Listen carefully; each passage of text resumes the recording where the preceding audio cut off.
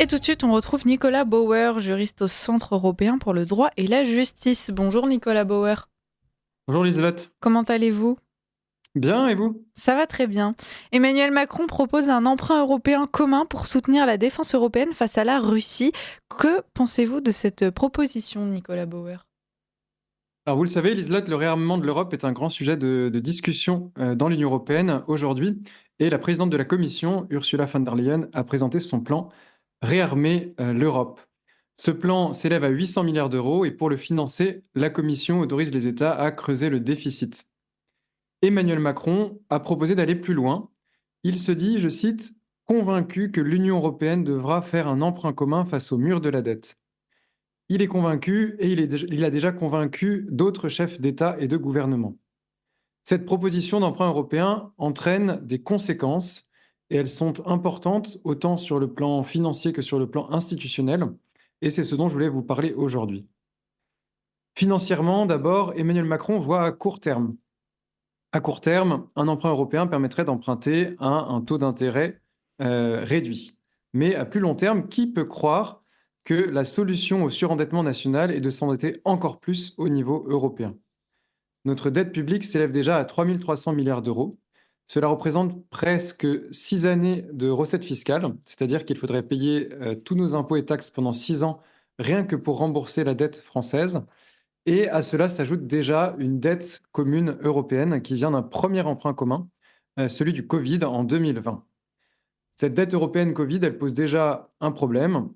On s'en doute, qui dit dette dit remboursement de la dette, et qui dit remboursement de la dette dit, comme je le disais, impôts et taxes. Et de fait, l'Union européenne a déjà proposé plus d'une dizaine de nouvelles taxes ou de nouveaux impôts pour rembourser cet emprunt. C'est notre génération, Liselotte, qui remboursera cet emprunt Covid jusqu'à sa retraite, voire après. Je ne sais pas quel âge vous avez ou à quel âge vous prendrez votre retraite, mais en tout cas, sachez que les remboursements s'étaleront jusqu'en 2058. Écoutez, non, je pense que je vais y échapper. Je vais y échapper. C'est une bonne nouvelle. Enfin bon, faut voir la suite, hein. Ou plutôt ne pas échapper pendant toute votre carrière, ou échapper à la retraite. Oui, c'est ça. J'échapperai à la retraite, mais quelle bonne nouvelle! Cela ne nous étonne pas, en tout cas, que ce soit la France qui propose un nouvel emprunt européen, puisque nous sommes malheureusement champions d'Europe des impôts. Vous disiez, Nicolas, qu'il y avait aussi des conséquences institutionnelles d'un nouvel emprunt européen. Est-ce que vous pourriez nous expliquer quelles seraient ces fameuses conséquences? Alors, un emprunt commun remet déjà en cause l'un des principes du budget de l'Union européenne, qui est le principe de l'équilibre. Les dépenses sont égales aux recettes, c'est dans les traités, et normalement, ce principe exclut tout emprunt. Le Covid était une exception, une dérogation à ce principe. Il nous avait été dit à l'époque, vous en doutez, il y a urgence, c'est une exception, cet emprunt sera soumis à des conditions strictes. Et aujourd'hui, Emmanuel Macron nous explique que cet emprunt est un modèle à suivre, un modèle à reproduire. Dans les deux cas, on joue sur la peur du Covid en 2020, la peur de la Russie aujourd'hui. Mais ce qu'il faut voir, c'est que plus fondamentalement, la création d'une dette européenne commune est en réalité l'un des moyens de rapprocher l'Union européenne d'un État fédéral. C'est le but, c'est le grand rêve européiste. Un endettement commun, c'est un choix politique, c'est celui d'un nouveau transfert de souveraineté. Nous avons déjà renoncé à nos frontières, à notre monnaie. Nous avons déjà accepté que des décisions importantes ne se prennent plus à l'unanimité, mais à la majorité des États membres, comme sur l'immigration. Nous avions aussi consenti à ce que l'Union européenne fasse primer son droit sur nos lois et même sur notre constitution.